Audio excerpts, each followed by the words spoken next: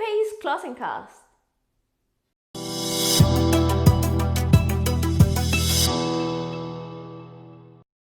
Hey everyone, welcome back to my channel. I'm Sharon Colon. I'm a real estate agent in Miami, Florida. If this is your first time here, consider subscribing by clicking right there, that button right there, and even the little bell icon for notifications. The last step before getting the keys to your new home is signing for a mortgage. Getting a mortgage is not free. That means it's time to settle up those closing costs. When you're signing your loan documents and paperwork that transfer home ownership from the seller to you, you're signing all the services and fees that professionals throughout your home purchase completed to finalize the real estate transaction and your home loan. Now you may ask, Sharon, I am the buyer. Who pays for closing costs? Who pays what, right?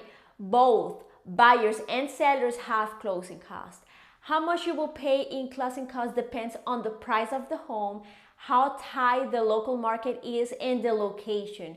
Buyers' closing costs will be somewhat between 3% to 5% of the home price, and seller between 1% to 3%. Some expenses must be paid upfront before the home is officially sold. For example, the home inspection fee and others, like property taxes and homeowners insurance, are recurring, so most are paid at the end when you close on the home.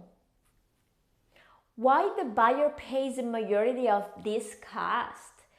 Because many of these fees are associated with the mortgage. If you pay cash, there are still a few fees to pay, but they're significantly less.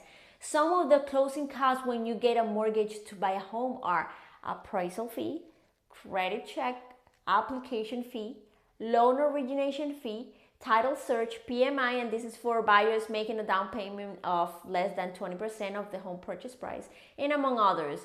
There are some optional services that the buyer will pay, like the inspection, which the fees will vary depending on the type of inspections that you need or want. And like I mentioned before, this is one of the fees that must be payable upfront. When people refinance a mortgage or obtain a home equity loan or a home equity line of credit, closing costs have to be paid again. Other closing costs, whether you are buying with mortgage or not, are homeowners association transfer fees, property taxes, survey fee, title search, closing fee, courier fee, among others. Some of the seller's closing costs will be broker fees, doc stamps, title search, recording fees, proration of HOA charges, estoppel fee, and among others.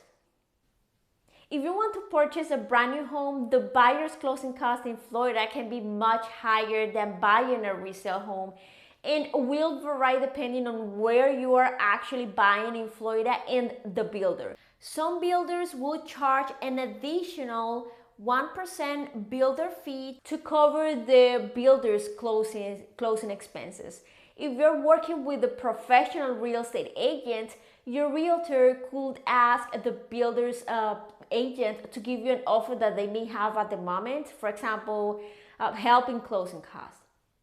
From my experience helping families buying a brand new home, I normally can work around some builder's fee by using their mortgage lender, etc. Then, at least 3 days before closing, the lender is required by law to send buyers a closing disclosure that outlines those costs once again.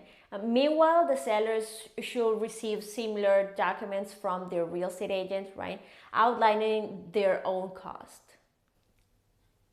In conclusion, closing costs can vary depending on where you want to live in Florida, the type of property you want to buy, and how much it sells for. Both the seller and the buyer have unavoidable closing costs in the buying and selling process. If you found this video helpful, let me know by hitting that like button, subscribing to my channel right there, and sharing this video with your friends. See you next Thursday. Bye-bye.